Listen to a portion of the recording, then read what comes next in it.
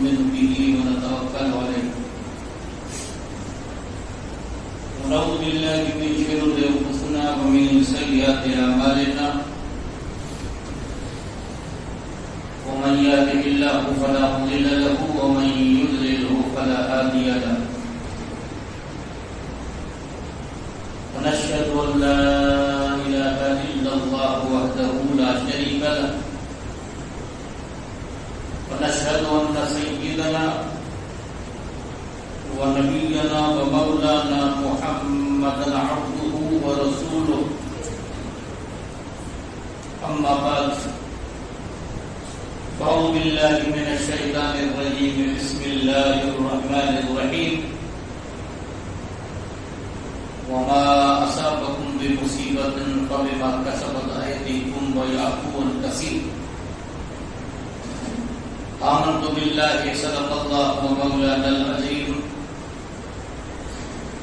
وبلغنا رسوله النبي الأمين الكريم ونحن على ذلك ما قال ربنا على لسان نبينا لمن الشاهدين والشاكرين والحمد لله رب العالمين كما قال الله تبارك وتعالى في خلق شان محبوبه إن الله وملائكته يصلون على النبي يا أيها الذين آمنوا صلوا عليه وسلموا تسليما اللهم صل على سيدنا نبينا مولانا محمد وعلى آل سيدنا محمد وبارك وسلم صلاة وسلاما عليك يا رسول الله صلاة وسلاما عليك يا حبيب الله وعلى آلك وأصحابك يا خير خلق الله خدایا تڑپنے بھڑکنے کی توفیق دے خدایا تڑپنے بھڑکنے کی توفیق دے دل مرتضی صوت صدیق دے یا رب دل مسلم کو وہ زندہ تمنا دے جو قلب کو گرما دے روح کو تڑپا دے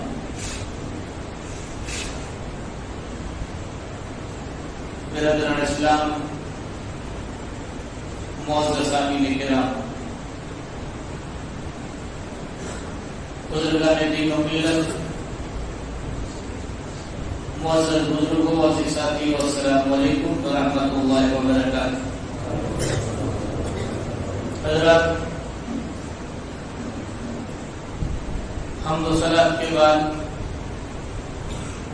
اللہ کی مقدس کتاب قرآن مجید کی اسی آیت پاک کو آپ حضرات کی خدمت میں تلاوت کرنے کا شرف حاصل کیا جو پچھلے 3-4 دنوں سے آپ حضرات کی خدمت میں موضوع سخن رب کریم قرآن میں فرماتا ہے ما اصابکم بمصیبت تمہیں جو کچھ مصیبت یا آفت پہنچتی ہے تمہارے ہاتھوں کی کمائی اور زیادہ باتوں کو اللہ تبارک و تعالیٰ اپنے فضل سے اپنے کرم سے معاف کر دیتا ہے مضمون آپ کے ذہن میں ہوگا یہاں تک بیان آپ نے سنا ہوگا کہ اللہ کی طرف سے جب بندے پر کوئی آزمائش آتی ہے اس آزمائش سے بندہ اگر پورا اترتا ہے تو اللہ کی طرف سے ڈبل انعام ملتا ہے جیسے قرآن کریم کے سورہ الم نشرہ میں پڑھتے ہیں رب فرماتا ان مع العسر یسرا ان مع العسر یسرا بے شک دکھ کے ساتھ سکھ ہے بے شک دکھ کے ساتھ سکھ ہے تو ایسے کرام یہ بیان کرتے ہیں کہ جب اللہ تعالیٰ نے 2 مرتبہ سکھ کو بیان کیا تو پھر مطلب اس کا یہ کہ ایک دکھ اگر بندے کو ملتا ہے تو اس کے بدلے اللہ کی طرف سے 2 بڑا سکھ ملتا ہے یہ آزمائش ہوتی ہے بندے پر اور اللہ کے رسول فرماتے اشد بلاء الانبیاء ثم الامثل فالامثل یعنی دنیا میں سب سے زیادہ آزمائش کس کی ہوتی ہے انبیاء کی ہوتی ہے اور اس کے بعد جس کا جتنا ایمان مضبوط ہے اللہ کی طرف سے آزمائش نہیں مضبوط ہوتی اب کوئی یہ نہ سمجھے کہ انسان زیادہ گناہ گار ہوتا ہے تو اس انسان کو زیادہ تکلیف میں زیادہ آزمائش ہوتی نہیں. اللہ تعالیٰ جس بندے کو جتنا زیادہ درجہ اور مقام عطا فرماتا ہے کوئی انبیاء تو اللہ کی طرف سے وہ معصوم پیغمبر ہیں کہ ان پر تو کوئی گناہ نہیں ہے، وہ گناہ سے پاک ہے. اور سارے انبیاء کا سردار تو محمد مصطفیٰ ہے. یہ ہمارا ایمان ہے بھائی کہ سارے انسانیت کے انسان ایک طرف اور انبیاء میں سے ایک نبی ایک طرف، پھر ہم سارے نبیوں کو ایک طرف رکھے اور محمد مصطفیٰ کو ایک طرف رکھے صلی اللہ علیہ وسلم. تو بے شاید یہ کہتا حسن یوسف دم ہیدا ایسا ید پیدا داری آج موبا آبادان اتنا آتا ہے. یعنی اور انبیاء کرام کے اندر اللہ نے جو الگ الگ معجزے عطا فرمائے تھے وہ ذات مصطفیٰ میں ساری خوبیاں جمع ہیں، سارے معجزے جمع ہیں. تو پھر جس بھی بندے کا جتنا امتحان زیادہ پختہ ہوتا ہے اللہ کی طرف سے اتنی آزمائش زیادہ ہوتی ہے. اس کے بعد درجے درجے ہوتے ہیں. اب اللہ کی طرف سے بندے پر دنیا میں جو مصیبتیں آفتیں تکلیف آتی ہے تو اس انسان کے گناہوں کا کفارہ ہے. اور یوں ہی انسان چلا جائے تو کہتے ہیں لکھن کٹے انسان یار آسانی سے لے لو. اب یہ پتہ نہیں یا آسانی سے گیا اس نے جو گناہ کی اس کا تو کفارہ تو نہیں ہوا بھائی. اللہ فرماتا الا من تاب وآمن عمل عملا صالحا فاولئک یبدل اللہ سیئاتهم حسنات وکان اللہ غفورا رحیما. بندہ توبہ کرے اپنے گناہوں کے بعد اور اس کے بعد انسان سچائی سے خدا کے بارگاہ میں جھکے تو اللہ تبارک و تعالی اس بندے کی برائیوں کو بھلائی میں تبدیل کر دیتا ہے. آفتیں آتی ہیں بندے پر، تکلیفیں آتی ہیں، لیکن اس کا علاج کیا ہے؟ آقا فرماتے ان صدقہ ترد البلاء، صدقہ و خیرات انسان کی مصیبتوں کو ہٹا دیتا ہے. کبھی انسان کے ذہن میں بات آتی ہے پھر یہ مصیبتیں یہ بیماری انسان پر کیوں؟ کہ یہ تمہارے اعمال کے نتیجے ہیں اور تمہارے مسلمان کے لیے گناہوں کی کفارے کے سبب ہے. آپ نے سنا ہوگا حضرت موسیٰ علیہ السلام کا زمانہ، اللہ کے پیغمبر حضرت موسیٰ علیہ السلام بنی انبیاء بنی اسرائیل میں وہ ان رقم پیغمبر ہیں، یعنی خالی نبی نہیں ہے، رسول ہیں. اور رسولوں میں بھی اللہ تبارک و تعالیٰ نے ان اعظم پیغمبروں میں سے حضرت موسیٰ کا درجہ رکھا ہے. حضرت نوح علیہ السلام ہے، حضرت ابراہیم علیہ السلام ہے، حضرت موسیٰ ہے، حضرت عیسیٰ ہیں اور حضرت محمد مصطفیٰ ہیں. ان کو ان اعظم پیغمبر کہا جاتا ہے. اور دوسرا شرف حضرت موسیٰ علیہ السلام کو کیا ملا کہ براہ راست جو اللہ سے کلام کرتے ہیں، کبھی کلیم اللہ، اللہ تبارک و تعالیٰ نے انبیاء پر وحی کی، وحی کے ذریعے کلام ہوتا ہے. لیکن حضرت موسیٰ کی خصوصیت تھی جبریل آتے لیکن اللہ کے پیغمبر کی یہ خاصیت ہی کوہ طور پر چلے جاتے ہیں. وَكَلَّمَ اللَّهُ مُوسَىٰ تَكْلِيمًا، اللہ نے حضرت موسیٰ سے کلام کی، یہ خصوصیت ہے. اور تیسری خصوصیت موسیٰ علیہ السلام کی کیا ہے؟ حضرت موسیٰ سے لے کر حضرت عیسیٰ تک جتنے بھی پیغمبر آئے ان کی نسل سے حضرت داؤد علیہ السلام، ان کی نسل میں سے حضرت زکریا ہیں، ان کی نسل میں سے حضرت یحییٰ ہیں. یہ سارے انبیاء حضرت موسیٰ کے بعد. تو حضرت عیسیٰ تک جتنے بھی پیغمبر آئے حضرت موسیٰ کے بعد تقریباً 2500 سال کا فاصلہ گزر گیا. اس عرصے میں جتنے بھی پیغمبر تھے حضرت موسیٰ کی شریف پر بدلتے تھے. آپ انبیاء ہیں، حضرت داؤد علیہ السلام نبی ہے، حضرت زکریا یحییٰ نبی، سلیمان علیہ السلام نبی ہے، لیکن ان کا نیا دین نہیں تھا، نئی شریعت نہیں تھی، شریعت موسیٰ پر عمل کرتے تھے. پھر جب حضرت عیسیٰ علیہ السلام کا دور پاک آیا تو اللہ نے ان کو نیا دین عطا فرمایا اور اللہ نے ان نیا کتاب کو عطا فرمایا جس کا نام کیا ہے؟ بولیے. حضرت داؤد علیہ السلام پر جو کتاب اتری اس کتاب کا نام کیا ہے؟ زبور ہے. پھر عیسیٰ علیہ السلام آئے تو حضرت عیسیٰ علیہ السلام کو اللہ کی طرف سے انجیل ملی تو اس کے احکام بدل گئے. اب ان سارے پیغمبر جب اللہ کی طرف سے آ چکے سب کے آخر میں محمد مصطفیٰ آئے. اب وہ کائنات میں دین پھیل گیا.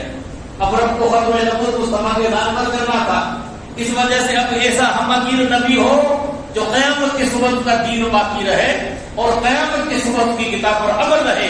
اس آخری نبی کا نام ہے محمد مصطفیٰ اور آخری کتاب کا نام ہے قرآن مقدس. بس اور ساری کتابیں آسمانی کتابیں ہیں، اس میں شک نہیں ہے، لیکن قیامت کے صبح تک اگر عمل ہے تو محمد مصطفیٰ کی شریعت پر اور آپ پر لائی ہوئی کتاب پر آئی ہوئی کتاب جس کا نام قرآن مقدس ہے. اور کتابیں منسوخ ہو گئی. اب ان کی قیمت نہیں ہے اللہ کی کتاب ہم مانتے ہیں، ایمان ہے ہمارا انبیاء کی ذات پر. اب کلمہ قیامت کے صبح تک پڑھا جائے گا لا الہ الا اللہ محمد رسول اللہ صلی اللہ علیہ وسلم. ویسے ہر نبی پر ایمان لانا تو ضرورت دین میں سے ہے. قرآن میں اللہ کا آمنت باللہ آمن رسول بما انزل والمؤمنون كل آمن بالله وملائکته وكتبه ورسله. ہر انسان جو مومن ہے اس کا یہ کام ہے کہ اللہ کو مانے، آسمانی کتابوں کو مانے، رسولوں کو مانے، قیامت کے دن کو مانے، تقدیر کی برائی کو بھلائی کو جانے. یہ ضرورت ہے تین میں سے، ان میں سے کسی ایک چیز کا انسان انکار کر دیتا ہے تو اسلام سے نکل جاتا ہے. حضرت موسیٰ کا رمان، حضرت موسیٰ علیہ السلام کو اللہ نے قحط پڑھا. قحط کس کو کہتے ہیں؟ بارش نبر سے. اس زمانے میں اگر بارش نبر سے لوگ پریشان ہو جاتے تھے. برائے تو لوگوں کو پریشانی ہے نہیں، کام دھندے کر لیں گے، لیکن بارش خدا کی طرف سے ایک رحمت ہے نا بھائی. تو اللہ کے پیغمبر کی بارگاہ میں لوگ ہیں کہ دعا کرو. ہمارے مذہب میں دعا کرنے کا حکم ہے جس کو ہم نماز استسقاء کہتے ہیں. امام بخاری نے ایک باب قائم کیا استسقاء کا. استسقاء کس کو کہتے ہیں؟ بارش طلب کرنے کا. اس میں تقریباً نبی کریم صلی اللہ علیہ وسلم سے انہوں نے 23 حدیثیں بیان کی. ایک حدیث نہیں، اللہ کے رسول نے کس طرح دعائیں مانگی. کیونکہ اللہ کی طرف سے رحمت کی شکل میں ہوتی ہے تو رحمت کی شکل میں مانگنا چاہیے. آپ نے مانگا کیا ہے؟ پروردگار غیثن مغیثن. پھر فرماتے عاجلن غیر عاجل، مولا مدت والی کر، بغیر مدت والی نہیں. لگاتار چالو رہے تو پھر وہ رحمت کی شکل میں ہو جاتی ہے. پھر وہ طوفان کا شکل، موسیٰ علیہ السلام کے دور میں بارش برسی، طوفان کی شکل میں برسی، اللہ کو غرق کرنا تھا. لیکن یہاں نبی کریم صلی اللہ علیہ وسلم کی امت پر جو بارش آتی ہے وہ اللہ کی طرف سے رحمت بن کر آتی ہے. تو مانگنا چاہیے بغیر مدت والی نہیں، مدت والی، زحمت والی نہیں، رحمت والی. تو اللہ کے رسول نے کس طرح دعا مانگی، کس طرح آپ نے آپ صحابہ کو نمازیں پڑھائی. تو اس وقت میں قانون یہ تھا کہ اس وقت میں سارے انسان جمع ہو جاتے تھے میدان میں. عیدگاہ کا میدان ہوتا تھا، میدان میں جمع ہو جاتے، عورتیں الگ کھڑی ہو جاتی تھی، جانور الگ کھڑے کر دیتے تھے، چھوٹے بچوں کو الگ کھڑے کر دیتے تھے. کیوں؟ کوئی کسی کی تو مولا سنے گا. اب اتنے بیٹے ان میں نے نہ معلوم کوئی کہ نیک و اللہ کا بندہ ہوا ہاتھ اٹھائے تو اس کے صدقے میں دعا قبول ہو جائے. ایسا بھی ہے نا بھائی. آپ خالی کا مطالعہ کرو. حضرت پاک موسی رضی اللہ تعالیٰ بیان کرتے ہیں اللہ کے بندوں میں سے ایک بندہ تھا، ان کا نام میں وحج پڑھنے کے لیے چلے. راستے کے اندر کسی حاجت مند کو دیکھا، ایک برقع پوش عورت کو دیکھا کہ بڑے ہوئے جانور کا گوشت کاٹ کے لے جا رہی. اس نے سمجھے کیا چکر ہے، عورت بات عزت ہے، گوشت کاٹ کے لے جا رہی. گھر پہنچے تو کا کیا مسئلہ ہے؟ کہا میری شریف گھرانے کی عورت، 7-8 دن ہو گئے مجھے کچھ نہیں ملا، میرے بچیوں کو دلاسا دے کے آخری نوبت یہ پہنچی ہے کہ میرا شوہر بہت ہو چکا ہے، یہ 3 بچیاں ہیں، میرے لیے کچھ نہیں. اب شریعت نے یہ کہا ہے 3-4 دن کے بعد اگر نہ ملے تو مردار کا گوشت تو پکا کر اپنے اہل و عیال کو بچاؤ گے. قرآن اور مذہب اسلام کا یہ پرسپل تھا. رب فرماتا الا من اضطر غیر متجانف اسم، یعنی گناہ کی طرف مائل نہیں. رب نے یہ چیزیں حرام کی، مردار کا گوشت حرام، خنزیر حرام، شراب حرام. رب فرماتا الا من اضطر، اگر وہ لاچار ہو جائے، اس کی جان پر پڑ جائے. اب اپنے جان کو بچانے کے لیے یہ چیز اگر اس نے استعمال کی غیر متجانف اسم، رب فرماتا بڑا استعمال اس پہ گناہ نہیں. اب کسی کی سمجھ میں نہ آئے تو یہ مت فیصلہ کرنا پڑے صاحب نے شراب کو اور خنزیر کو اور مرداروں کو حرام کر دیا. یہ قرآن کا فیصلہ میں آپ کو سناتا. نہ سمجھ میں آئے تو بعد میں مجھ سے پوچھنا، میں آپ کو اچھی طرح سے سمجھا دوں گا. کیونکہ جمعے کے اندر اتنا وقت نہیں ہوتا جو ساری باتیں میں آپ کو تفصیل سے سمجھاؤں. اگلے جمعے میں کچھ باقی رکھیں گے انشاءاللہ. تو پھر اس نے کہا یہ کیا چکر ہے، دروازہ کھٹکھٹایا ہے. اس نے کہا کہ یہ پوزیشن ہے. تو انہوں نے حج کے لیے جتنی رقم رکھی تھی نا تو ساری اس مجبور عورت کو دے دی تھا. امام الانبیاء فرماتے ہیں واللہ فی اول العبد ما کان العبد فی اول اخیہ. اللہ تعالیٰ اس بندے کی مدد میں جو انسان اپنے بھائی کی مدد کرتا ہے. من ستر مسلم من سترہ اللہ، جو کسی مومن کے عیب کو پردہ پوشی کی شکل میں ڈالتا اللہ اس کا قیامت میں عیب بنا کے. کیا ہوا؟ 50 لاکھ کی گاڑی اگر کر لی تو کیا ہوا؟ 10 لاکھ کی لے لو اور ان میں سے جو بچے ہیں تو وہ کسی یتیم کے کام آئے، کسی محتاج کے تو کام آئے. 1 کروڑ کا بنگلہ نہ بنایا تو کیا ہوا؟ حرام مال سے 1 کروڑ کا بنگلہ تو بنا لیا. آدھا میرے فضل رکھتی رب کا فضل ہے، رب کا فضل ہے. کیا کون سا پیسہ تو نے استعمال کیا یہ تو بتاؤ.